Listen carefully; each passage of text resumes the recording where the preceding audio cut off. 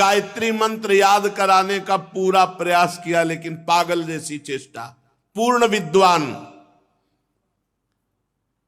बड़ा हृदय में दुख हुआ कि ये मेरा बेटा पागल है, और ये पता नहीं कि ये बेटा ऐसा है कि कुल के कुल परम पावन कर देगा।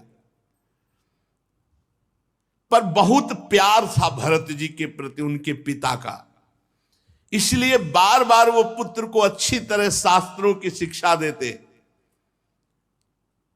शौच, वेदाध्ययन, व्रत, नियम, गुरु सेवा, अग्नि सेवा, ब्रह्मचर्य पालन, इन सब की कुछ नहीं, ठीक विपरीत चेष्टा, पागलों जैसी, मूर्खों जैसी। वो हार गए और कुछ समय बाद उनका शरीर पूरा हो गया पिता का। अब तो स्वतंत्र हो गए, क्योंकि और कोई प्यार ही नहीं करता था, पिता ही प्यार करते थे। इन महापुरुष को पागल, मूर्ख समझकर कोई प्यार नहीं करता, केवल पिता प्यार करते थे। वो भी पधार गए। पूर्व परंपरा के अनुसार उनकी मां उनके साथ सती हुई। अब तो कोई बोलने वाला नहीं, जो भाई थे वो समझते थे मूर्ख और पागल है। वो कर्मकांड को सब कुछ समझने वाले विद्वान ब्राह्मण थे। अब ब्रह्म ज्ञान रूपी परा विद्या का सिद्ध महापुरुष भरत जी को कौन जाने, इसलिए वो भरत जी के प्रभाव को ना जानने के कारण ये मूर्ख है ऐसा समझकर उपेक्षा करते। पिता के परलोक सिधारने पर बड़ी अव्यवस्था भरत जी के साथ, क्योंकि भाई लोग मूर्ख समझते थे, पागल समझते थे। बचा खुचा बाछी अन्न जैसे पशुओं को फेंका जाता है, ऐसे उनको दे, वो आराम से, शरीर का प्रारब्ध है ऐसा मान के पा लेते। कोई काम बताते वो काम कर दे, कोई मार रहा है, कोई अपमान कर रहा है, कोई थूक रहा है, वो बिल्कुल वैसी पागल। और ब्रह्म बोध परा विद्या के सिद्ध महापुरुष भरत जी के अंदर कोई मान अपमान का विचार ही नहीं रह गया था। साधारण लोग जो नर पशु कहे जाते हैं, नर पशु, मनुष्य रूप में पशु रूप, जो भगवान से विमुख केवल संसार के राग में लगे, वो उनको पागल करके अपमानित करते हैं। कोई थूक देता, कोई ईंट मारता, कोई। भरत जी परा ब्रह्म विद्या के ज्ञानी महापुरुष, पर पागलों जैसी वृत्ति। कोई उनको मूर्ख कहता, कोई पागल कहता, प्रायः पागल करके ही पुकारा जाता है। और ब्रह्मबोध संपन्न महापुरुष। तो भरत जी भी ठीक वैसे ही स्वांग रचते कि सब पागल समझे, उसी के अनुरूप भाषण करते भरत जी। इससे लोग उनको मूर्ख और पागल समझते, तो वैसे ही चेष्टा करते कि हाँ वास्तविक ये पागल और मूर्ख है। कोई कोई तो इनको अपने काम में लगा लेता। अब जवान है, चल चारा काट रहे, गोबर फेंकवा रहे, जैसा वो कहते वैसी काम। कोई अपने काम के लिए खेत में ले जाता, कोई मजदूरी कराता। अब बाद में जला भुना बासी अन्न दे की कोई वस्तु ही नहीं, जली सड़ी बासी ऐसे ही दे देते हो। खूब दिन भर मेहनत कराते भरत जी से। ये किसी कारण से उत्पन्न होने वाला शास्त्रीय ज्ञान नहीं, स्वतः सिद्ध भगवत स्वरूप ज्ञानानंद में निमग्न महापुरुष, आत्मबोध प्राप्त महापुरुष। क्योंकि भजन के बल से आत्मबोध प्राप्त हुआ, इसलिए बस एक मोटा यज्ञोपवीत शरीर में पिता ने जो पहला दिया था जब से, वो यज्ञोपवीत और नीचे का वस्त्र, बस ऐसे ही रोड में पड़े हैं, रास्ते में पड़े हैं, कोई दे दिया खाए, कोई काम में लगा दिया, पागलों जैसे। बहुत अष्ट पुष्ट स्वस्थ शरीर। सर्दी गर्मी बरसात सब खुले पे सहना, अपमान आदि, चूंकि देहाभिमानी नष्ट हो चुका है इसलिए कोई क्लेश नहीं। क्या लालच वाली ये स्थिति है। लालच लगना चाहिए कि काश ऐसी स्थिति भगवान की कृपा से प्राप्त हो कि शरीर राग रहित, शरीर के पोषण की वृत्ति ही चली गई। आग राख से ढक जाए पर अंदर आग है। जैसे मणि के ऊपर धूल लग जाए, ऐसे ही महाराज न कभी स्नान करते, न कोई शरीर सफाई। सर्दी गर्मी बरसात आंधी, इसमें लिखा हुआ है। नहाना धोना कोई मतलब, भगवत स्वरूप शीतोष्ण साण की तरह खुले शरीर सहते। भगवान ने आदेश किया है साधक और साधु को, ये आने जाने वाले गर्मी सर्दी मान अपमान सुख दुख हर्ष शोक, इन सब को सह जाओ। अगर सह गए तो परम पद के अधिकारी हो जाओगे। भरत जी ऐसे बड़ा ही हष्ट पुष्ट शरीर, पृथ्वी पर पड़े रहते, कभी स्नान नहीं करना, कभी हाथ पैर नहीं मुंह नहीं धोना, कभी नहीं। स्थिति इनको प्राप्त हो गई। 3 बार स्नान साधन में करते थे पीछे गंडकी नदी में, 3 बार या 3 बार सो भले चाहे जाए स्नान का। तो हष्ट पुष्ट गठीला शरीर, पृथ्वी पे पड़े रहना, ना हाथ पैर धोना, ना मुंह धोना, ना नहाना। शरीर पर अंगुलों मैल जम गया था। क्या सुंदर स्थिति है, क्या सुंदर स्थिति है। ब्रह्मतेज ऐसे जैसे धूल से ढका हुआ महामणि, एक मैला कुचैला कपड़ा है कमर में बस, और एक मैला यज्ञोपवीत। सब लोग यही जानते थे कि ये मूर्ख पागल है, मूर्ख पागल है। बहुत तिरस्कार करते भरत जी का, काम करवाते मारते। इतना बड़ा महापुरुष ऐसे सह रहे। ये जनता बहुत काम कराती और तिरस्कार कर। भाइयों ने देखा कि लोग मजदूरी कराकर इसे भोजन दे देते हैं, तब बुलाया चल, और खेत में अपने काम में लगाया। यहां खुदाई करो, पूरे को बराबर करना है। को डांटते धक्का मारते, और भोजन में क्या देते? खली भूसी, भुने हुए उड़द और चावल की कनकी सूखी, ऐसे जैसे जानवर को दी जाती है, या पके हुए अन्न की जली हुई खुरचन। कैसे महापुरुष है, जिनको विश्व का परम पवित्र भोग सब मिलना चाहिए, वो कैसे चीज है। स्पष्ट लिखा हुआ है कि उनके आहार में चावल की कनी, खली भूसी, भुने हुए उड़द ऐसे सूखे, और वो ऐसे चबा लेते, या पके हुए अन्न की जली हुई खुरचन, जली हुई, वो दे देते। बड़े अमृत के समान उसे शरीर का प्रारब्ध समझकर खा लेते। भगा दिया भाई, धक्का मार, एक काम लायक नहीं। दूसरे भाई ने पकड़ लिया, खेत की रखवाली करो, खेत की। अब वो खेत की रखवाली क्या करे,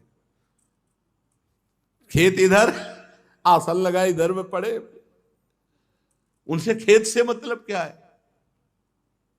विपरीत, वो जो भी कार्य करते तो उसके विपरीत, जिससे पक्का सबको समझ में आया कि पागल है। वहीं पड़े हुए थे, और एक डाकुओं के सरदार ने भद्रकाली से कामना की थी कि पुत्र हो जाएगा तो नरबलि चढ़ाएंगे। नरबलि मतलब मनुष्य को काटेंगे आपके सामने, और संयोग से पुत्र हो गया। तो भद्रकाली को मनुष्य की बलि देने के लिए एक पुरुष को पकड़वा मंगाया। वो तो राजा था, दस्युराज। अब उस पुरुष को छोड़ दिया गया बाजार में, खूब जो चाहो खा लो, उसको पता नहीं है। वो जलेबी गुलाब जामुन जो जो बढ़िया पसंद सबको खा रहा था। एक दुकानदार ने धीरे से कहा, खूब खा लो, अब इन्हें गर्दन कटेगी जाके तुम्हारी। क्यों? भूले तो ऐसे फिरी थोड़ी खाने को मिल रहा है। दस्युराज ने आज उत्सव मनाया है और तुम उनके बलि पशु हो, तुम्हारी गर्दन कटेगी। तो उसने दोना पत्तल जो होता है वो साथ लिए, जो भागा वहां से निकल गया, भाग गया। अब जो रक्षक थे उनको, वो तो खुला छोड़े हुए थे कि खा पी लेगा, पकड़ लेंगे। जब देखा कि वो आदमी भाग गया तो सोचा अगर राजा से कहा जाके तो हम ही किसी को भी बलि चढ़ा देगा, इसलिए तुरंत कोई नर पशु पकड़ना चाहिए। दैववश वो तो भाग गया जिसको पकड़ के लाए थे। चारों ओर सेवक दौड़े कि अब कोई मनुष्य मिल जाए, नहीं तो हम लोगों की बलि चढ़ा देगा राजा। तो रात के समय तक दैवी योग दृष्टि पड़ी आंगिरस गोत्री ब्रह्म प्राप्त महापुरुष श्री जड़ भरत जी के ऊपर। अब जंगल में देखा तो खेत में तो पड़े ऐसे थे। अरे बोले देवी भी प्रसन्न हो जाएगी और राजा भी प्रसन्न हो जाएगा, क्योंकि बहुत तगड़ा आदमी है, अष्ट पुष्ट बलवान। और उस समय वीरासन में बैठे हुए थे, रात्रि के समय नजदीक आए, पकड़ लिया, कोई विरोध नहीं। बोले हमारे स्वामी का कार्य इससे बहुत सिद्ध हो जाएगा, देवी बहुत प्रसन्न हो जाएगी। रस्सियों से बांध लिया, बंधवा लिया आपने, कोई रोका नहीं, बिल्कुल पागलों जैसी चीज। जो शरीर का होना है वो पक्का होना, जो नहीं होना है वो नहीं होना। रस्सियों से बांध लेंगे, ले गए भद्रकाली के मंदिर में। अब बाजार में नहीं छोड़ा कि एक तो निकल गए, अब दोबारा अगर वहीं सीधे मंदिर ले गए। पद्धति के अनुसार बढ़िया उपटन लगाया गया। आज जीवन में उपटन लग रहा है महाराज के, जीवन में कोई प्यार से तो उपटन लगाया नहीं। भरत जी ले और लंबे हाथ कर दिया, आहा बढ़िया उपटन लगा कर। अब ये नहीं कि ज्ञान नहीं, पता है, तलवार भी रखी, पता है दोनों शरीर का है, जो शरीर का प्रारब्ध है उसको भोगना होगा। विधि पूर्वक बढ़िया इत्र फुले लगा के स्नान, सब नए नए वस्त्र पहनाए गए, चंदन लगाया गया, माला, जैसे अब गर्दन कटनी है तो माला भी। फिर सुंदर खीर पुआ भोजन डट के भरत जी ने खाया, कोई चिंता नहीं, पता है, अज्ञानी थोड़ी, परम ज्ञानी है। फिर धूप दीप से आरती की गई, क्योंकि बलि चढ़ाना है। इसके बाद शुरू हुआ ढोल बजना, मृदंग ढोल, और भद्रकाली जी के सामने इनको ले जाया गया, भरत जी को, और कहा गया सर नीचा करके ऐसे झुका के बैठ जाओ, घुटने के बल सर नीचा करके आराम से बैठो, कोई परेशानी नहीं। और आदमी तो चिल्लाए लगते, अरे चिल्लाए क्योंकि सामने भारी तलवार वजन वाली पूजन की हुई रखी हुई थी। भरत जी ने देखा प्रारब्ध है, सर झुका दिया। दस्यु राजा आया और अभिमंत्रित वो बहुत वजन वाली खड्ग उठाई तलवार। अब ये तो ब्रह्मस्वरूप महापुरुष, वो रज और तम से मिश्रित स्वभाव वाला दस्युराज उन्मत्त होकर के जो ही ऐसे तलवार उठाई, एक तो ब्रह्म ऋषि, दूसरे ब्रह्मबोध संपन्न, शरीर राग रहित ब्रह्मबोध संपन्न महापुरुष के जेव ही गर्दन पर तलवार प्रहार करने के लिए की, भद्रकाली के शरीर में ब्रह्म तेज से आग पैदा हो गई। भद्रकाली को असहनीय हो गई, चीख पड़ी, मूर्ति फाड़कर निकल पड़ी और वही तलवार लेकर के अपने जितने पूजा करने वाले थे सबकी गर्दनें उड़ा दी। अंबा को ये पसंद नहीं आया, मां को ये पसंद नहीं आया।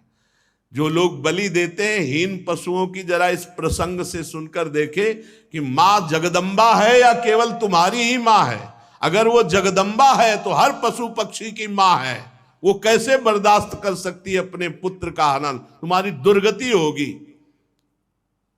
माताजी जगत जननी, माताजी ने उनको मारा जो अन्य पुत्रों का नाश करना चाहा, तो माताजी ने उनको घेर करके मारा। चाहे रक्त बीज हो, चाहे शुंभ निशुंभ हो, चाहे जो भी महिषासुर हो, कोई भी हो, जिसने अन्य समाज को नष्ट करना चाहा, अंबा असहनीय होकर के अपने पुत्रों की रक्षा के लिए उसको मारा। ऐसा नहीं है, निर्बल जीवों की हत्या करोगे तो मां प्रसन्न हो जाएगी। अपनी जबान की चाटुकारिता स्वाद के लिए तुम पशुओं को मारते हो और सोचते हो कि जगदम्बा प्रसन्न हो जाएगी, नरक जाओगे। किसी भी जीव की हत्या ऐसे नहीं लिखी, कोई देवी देवता नहीं चाहता कि आप किसी जीव की हत्या करें वो प्रसन्न हो जाए। अरे उनको चाहिए तो पूरे विश्व को चाट जाए, वो अंबा है। देवी के शरीर में आग पैदा हो गई और फाड़कर मूर्ति निकल पड़ी और वही खड्ग छीनकर अपने समस्त पूजकों को काट डाला माता जी ने। बड़ा भयानक हाहाकार मचा दिया। भद्रकाली है, विकराल अट्टहास। ये देखो ब्रह्मबोध संपन्न हुआ, रस्सी से बांध लाए तो बंध के आ गए, नहा दिया तो नहा लिया, खवा दिया, गर्दन झुका दी, अम्बा प्रकट हुई, सबको काट डाला। अब कोई बांधने वाला ले तो चल दिया। ये है ब्रह्मबोध संपन्न महापुरुष की स्थिति। और माता जी अट्टहास करके गरज रही, केवल भरत जी वहां जिंदा है और सबको मार डाला, सबको काट दिया माता जी ने। सत्य है कि जो महापुरुष का अपराध करेगा सर्वनाश हो जाएगा, कोई भी हो। महापुरुष के अपराध से डरना चाहिए। दैवी शक्ति भी रक्षा नहीं, अपने उपासकों की गर्दनें काट दी माता जी ने।